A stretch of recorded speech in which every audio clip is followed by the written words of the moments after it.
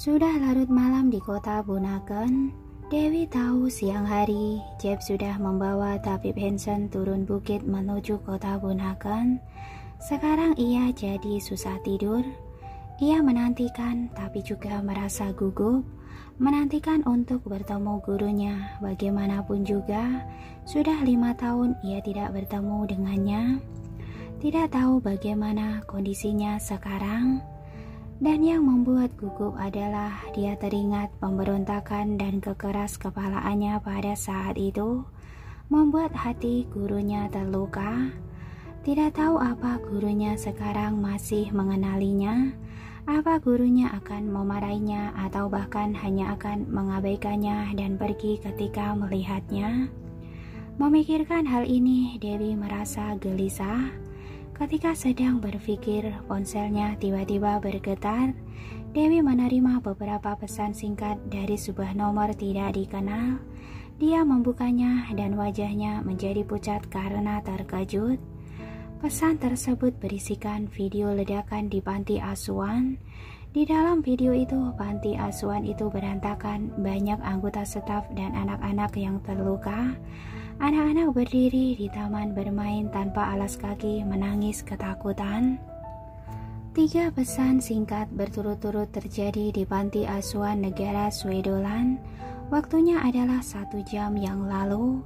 Dewi segera menelpon Bibi Lauren, telepon tidak bisa bersambung. Kemudian ia menelpon Paman Joshua, tetapi teleponnya juga sibuk.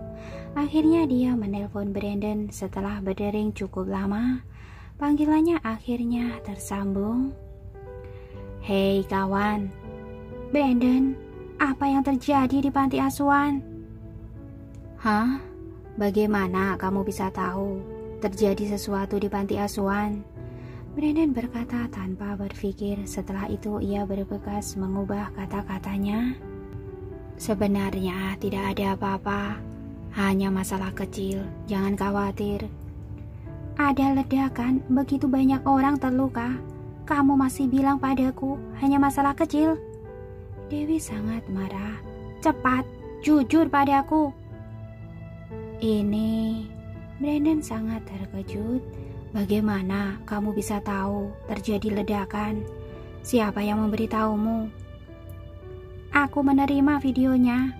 Dewi berkata dengan cemas. Terjadi di 3 panti asuhan. 01, 02, 03. Iya. Brandon yang melihatnya sudah mengetahui segalanya, bahkan tahu nomor panti asuhan mana.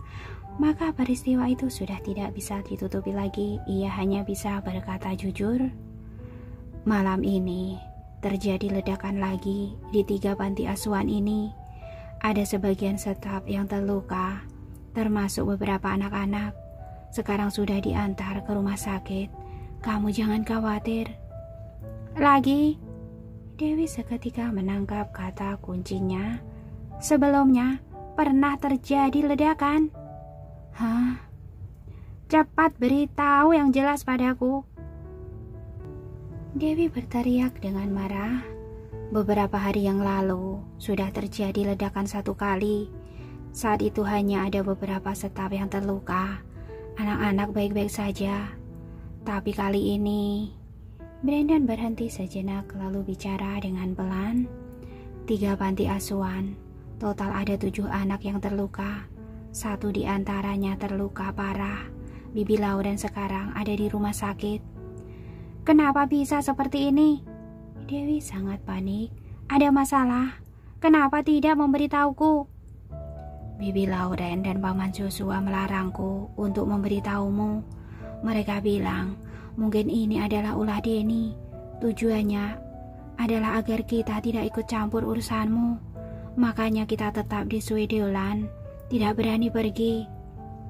Hanya Paman Joshua yang pergi sekali ke negara Maple, tapi keesokan harinya kembali lagi.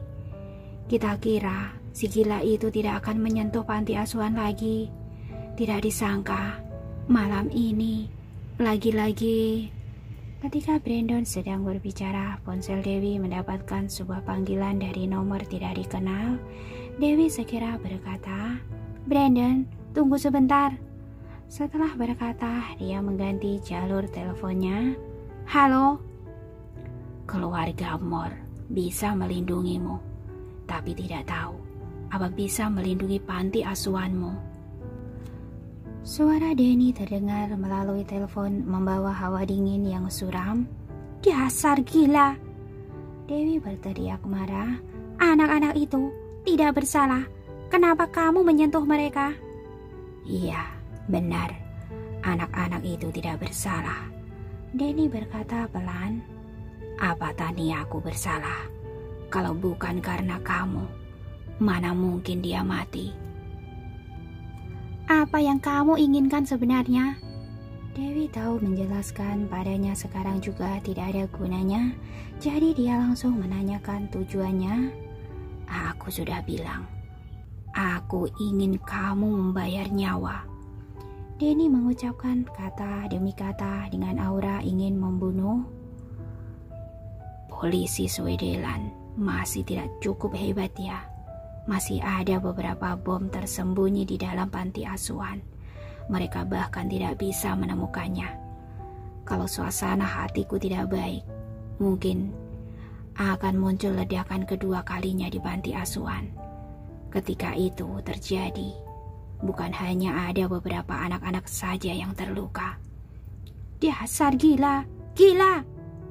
Dewi berteriak marah, ia hampir melompat dari tempat tidurnya. Ini juga disebabkan olehmu. Denny bersikap santai. Kalau Tania aku masih hidup, bagaimana mungkin aku bisa jadi seperti ini? Dia kesepian sendirian di surga. Dia butuh beberapa teman kecil untuk menemaninya. Tentu saja, termasuk kamu, kakak baik hatinya. Kamu cepat keluar dan temui aku. Kalau tidak, aku tidak bisa menjamin apa yang akan terjadi nanti. Ingat, datang sendirian.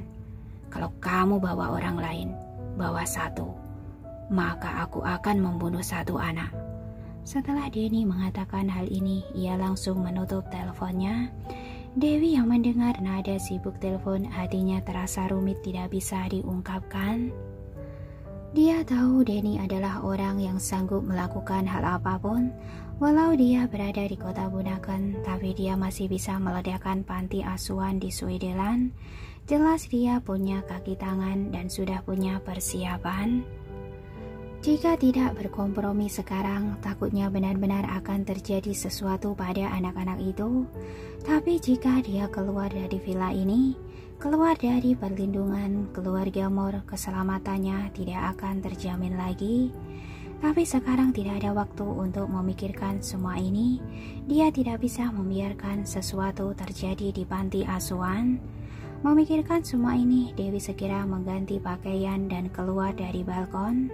Sejak terakhir kali keberadaan Denny terungkap dan menyebabkan polisi mengejarnya, dia tidak muncul lagi di sekitar.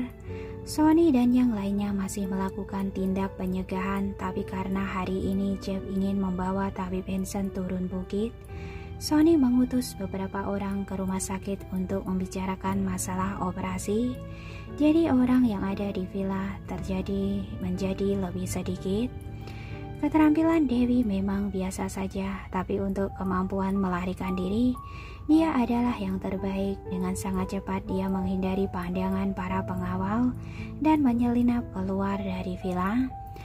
Setelah melarikan diri ke tempat yang berjarak 1 kilometer dari villa, dia melihat sekeliling dan tidak melihat ada bayangan dari Denny. Denny hanya menyuruhnya untuk keluar menemuinya, tapi tidak mengatakan bertemu di mana. Dewi sekarang juga tidak tahu harus kemana. Ketika sedang berpikir, ponselnya tiba-tiba bergetar. Dia mengira Denny yang menelpon dan segera dia menangkat. Halo, Dewi, ini aku. Terdengar suara Bibi Lauren dari telepon dengan nada mendesak. Kamu tidak apa-apa kan? Tidak kemana-mana kan? Dewi tidak ingin membohonginya, tapi juga tidak ingin kena marah. Jadi dia hanya mengalihkan topik pembicaraan. Bibi Lauren, apa terjadi masalah di panti asuhan? Anak-anak baik-baik saja kan? Lesi 03 terluka agak parah, sedang diselamatkan, sedangkan beberapa anak-anak lainnya baik-baik saja. Bibi Lauren tidak bertele-tele dan langsung mengatakan situasinya. Pasti Brandon yang memberitahumu ya. Dia benar-benar tidak bisa jaga omongan. Kalau ada masalah, memang sudah seharusnya memberitahuku. Kalau tidak, aku akan khawatir. Dewi, dengarkan aku. Denny melakukan begitu banyak hal, semuanya untuk memancingmu. Jangan sampai tertipu olehnya. Kamu jangan sampai keluar dari pelindungan keluarga Moore. Bibi Lauren, aku... Sebelum Dewi menyelesaikan perkataannya, sebuah suara tembakan datang dan langsung mengenai ponsel Dewi. Telinga Dewi bahkan sampai mati rasa. Tangan kanannya tergores peluru dan mengeluarkan banyak darah. Dia tanpa sadar berbalik dan melihat tidak jauh. Terparkir sebuah mobil. Di dalam mobil ada seseorang. Dia adalah Denny. Dia seperti serigala dalam kegelapan, menatapnya dengan mata tajam. Pistol di tangannya mengarah padanya, dengan dingin memberi isyarat agar Dewi masuk ke dalam mobil. Dewi tahu bahwa dia sekarang berada dalam situasi yang sulit, kecuali dia dan Denny mencapai kesepakatan atau salah satu dari mereka mati. Dendam ini baru akan berakhir. Jika tidak, anak-anak di panti asuhan akan berada dalam bahaya. Bibi Lauren dan Paman Joshua juga takutnya akan ikut terlibat. Jadi sekarang Dewi harus menghadapinya dengan berani. Memikirkan semua ini, Dewi segera berjalan ke sana dan masuk ke dalam mobil. Kamu benar-benar tidak takut mati ya? Denny menatapnya, kemudian menyalakan mobil dan pergi. Aku tidak ingin mati dan juga tidak akan membiarkanmu menyakiti anak-anak itu. Dewi bersikap sangat tenang. Ada apa-apa, tunjukkan semua padaku. Jangan sentuh mereka. Hehe, kamu benar-benar orang yang baik ya. Denny tersenyum dingin. Aku sungguh penasaran. Kenapa kamu mau membangun beberapa panti asuhan itu? Karena aku yatim piatu. Aku ingin melakukan sesuatu untuk anak-anak yang tidak punya orang tua. Dewi menjawab dengan singkat. Sesederhana itu. Perkataan ini terdengar tidak asing. Denny tersenyum mengejek. Ayah angkatku pernah mengatakan hal yang sama pada kami. Tapi dia melatih kami untuk menjadi pembunuh dan melayaninya. Di kehidupan ini, hingga mati, kami tidak mungkin lepas dari genggaman tangannya. Mendengar ucapan ini, hatinya pun bergetar. Dia tidak menyangka Denny sebenarnya juga terpaksa menjadi pembunuh. Dia juga ingin membawa anaknya dan pensiun, tetapi organisasi itu tidak mau melepaskannya. Panti asuhan yang kulihat, tidak ada satupun yang benar-benar bertujuan baik. Denny berkata dengan dingin, kalau bukan dilatih untuk berbuat jahat, maka diambil organnya untuk dijual. Milikku, tidak seperti itu. Dewi tidak setuju. Tidak penting, aku juga bukan utusan keadilan. Aku tidak tertarik pada panti asuhanmu yang bermasalah atau tidak itu. Denny berkata, aku hanya ingin membalaskan dendam Tania. Kalau kamu ingin balas dendam, balaskan saja padaku. Dewi memelototinya. Anak-anak itu sama dengan Tania, sama-sama tidak bersalah. Kamu jangan sakiti mereka. Kamu masih berani menyebut Tania? Mendengar nama anaknya, mata Denny tiba-tiba menjadi ganas. Kalau bukan karena kamu, dia tidak akan kenapa-napa. Walau tidak ada aku, tragedi pasti tetap akan terjadi. Dewi tahu seperti ini akan memprovokasinya, tapi dia tidak bisa menahannya dan berkata, kamu punya begitu banyak musuh. Kamu bisa melarikan diri untuk sementara, tapi apa kamu bisa melarikan diri seumur hidup? Diam, Denny berteriak marah. Jelas-jelas kamu yang mencelakainya. Kamu bilang kamu seorang dokter. Kamu bilang bisa menyelamatkannya, tapi hasilnya. Saat itu pelurunya tidak mengenai bagian vitalnya. Seharusnya dia bisa diselamatkan. Mengingat peristiwa itu, Dewi masih sangat sedih. Tapi aku tidak mengira Tania punya penyakit jantung. Bahkan mungkin pernah melakukan operasi jantung sebelumnya. Tembakan itu membuatnya mengalami serangan jantung. Jadi, kamu jelas-jelas hanya mencari alasan. Denny berteriak marah. Tania tidak pernah melakukan operasi apapun sebelumnya. Dia tidak pernah. Setelah berkata setengah jalan, Denny terdiam seperti teringat sesuatu, tetapi tidak terlalu yakin. Tania pasti punya penyakit jantung, tapi pernah melakukan operasi atau tidak, aku tidak yakin. Karena waktu itu kondisinya mendesak dan aku tidak sempat melakukan pengecekan penyeluruh. Aku ingin memeriksanya setelah itu, tapi polisi sudah... Sebelum Dewi menyelesaikan ucapannya, dia mengganti topik pembicaraan. Tidak peduli, bagaimanapun juga, aku memiliki tanggung jawab atas masalah ini. Aku sungguh merasa bersalah. Kalau kamu ingin membenciku, aku tidak bisa berbuat apa-apa. Tapi anak-anak itu, mereka tidak bersalah. Karena itu, kamu bayar nyawa Tania dengan nyawamu. Denny mencengkeram setir dengan erat, suaranya sedingin es. Aku bukannya takut mati, tapi masih ada banyak hal yang harus aku lakukan. Sekarang masih belum boleh mati. Dewi masih tetap sangat tenang. Beberapa tahun lagi, ketika saatnya aku sudah siap mati, aku akan pergi ke Hawkeye untuk menyembahyangi Tania. Dan hingga saat itu tiba, kalau kamu masih ingin membunuhku, aku tidak akan melawan. Dewi berpikir dia tidak akan hidup lebih dari 30 tahun. Hingga saat itu dia bisa dimakamkan bersama dengan Tania. Seperti yang dikatakan Denny, dia bisa pergi ke surga dan menemani Tania. Konyol. Tapi itu semua omong kosong yang ia dengar dari Denny. Alasan yang tidak masuk akal. Apa kamu pikir aku akan mempercayaimu? Kamu tidak bisa membunuhku sekarang, Dewi berkata dengan dingin.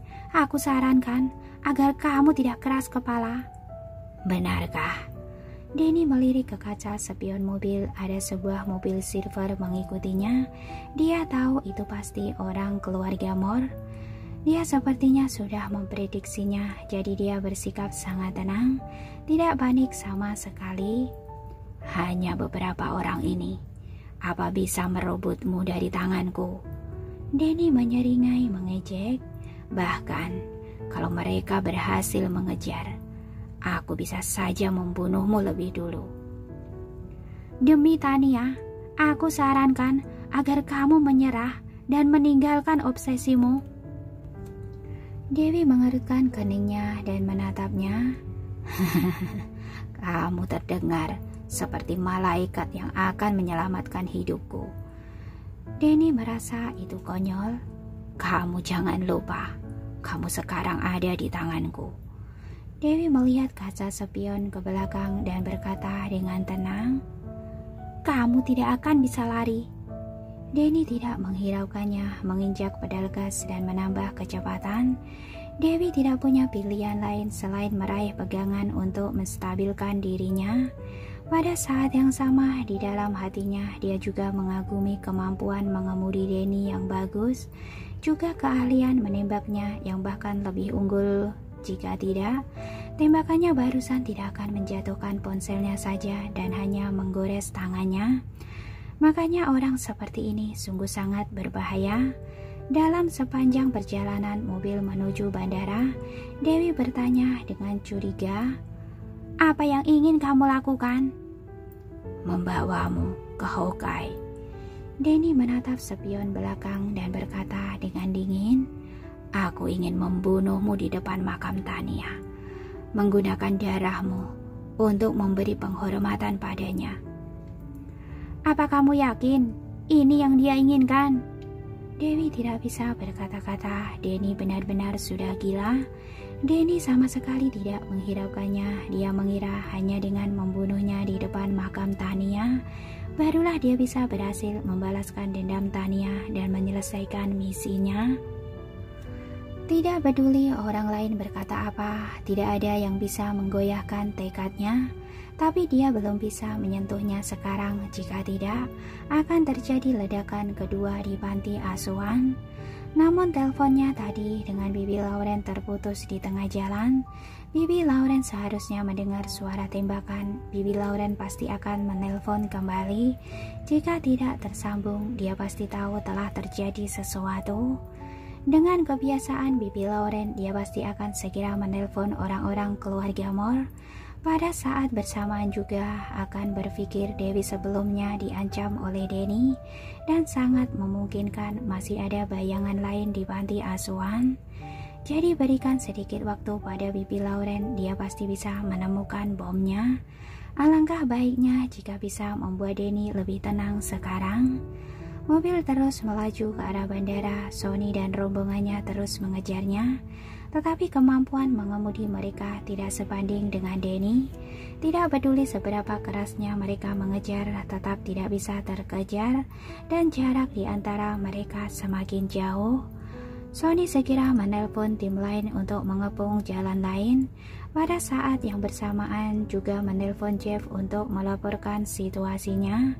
Tetapi ponsel Jeff mati. Dia baru teringat Jeff baru saja naik pesawat di kota tua. Sony pun menelpon Jasper, tapi tidak diangkat. Dia sangat cemas karena tidak bisa meminta bantuan sekarang. Dia hanya bisa menyelesaikan sendiri. Sekarang dia berdoa dalam hati agar Tuhan melindungi. Jangan sampai terjadi sesuatu pada Nona Dewi. Jika tidak, maka habislah dia. Denny mengemudi sangat kencang. Dengan cepat dia membawa Dewi sampai di bandara. Langsung menyeretnya keluar dari mobil dan berjalan cepat ke pintu keberangkatan. Aku tidak punya tanda pengenal, tidak bisa naik pesawat. Dewi mencari-cari alasan untuk mengulur waktu. Denny tidak menghiraukan Dewi, langsung menyeretnya masuk ke toilet pria. Beberapa pria yang ada di toilet terkejut. Nyalah, teriak Denny. Beberapa pria itu ketakutan dan berlari keluar. Salah seorang pria maju, berniat bernegosiasi dengannya. Melihat tatapannya yang menyeramkan, wajahnya pucat ketakutan dan dia buru-buru berlari keluar. Denny menendang salah satu pintu, mengeluarkan sebuah tas tahan air dari tangki air, membukanya dan di dalamnya ternyata ada tanda pengenal miliknya dan Dewi.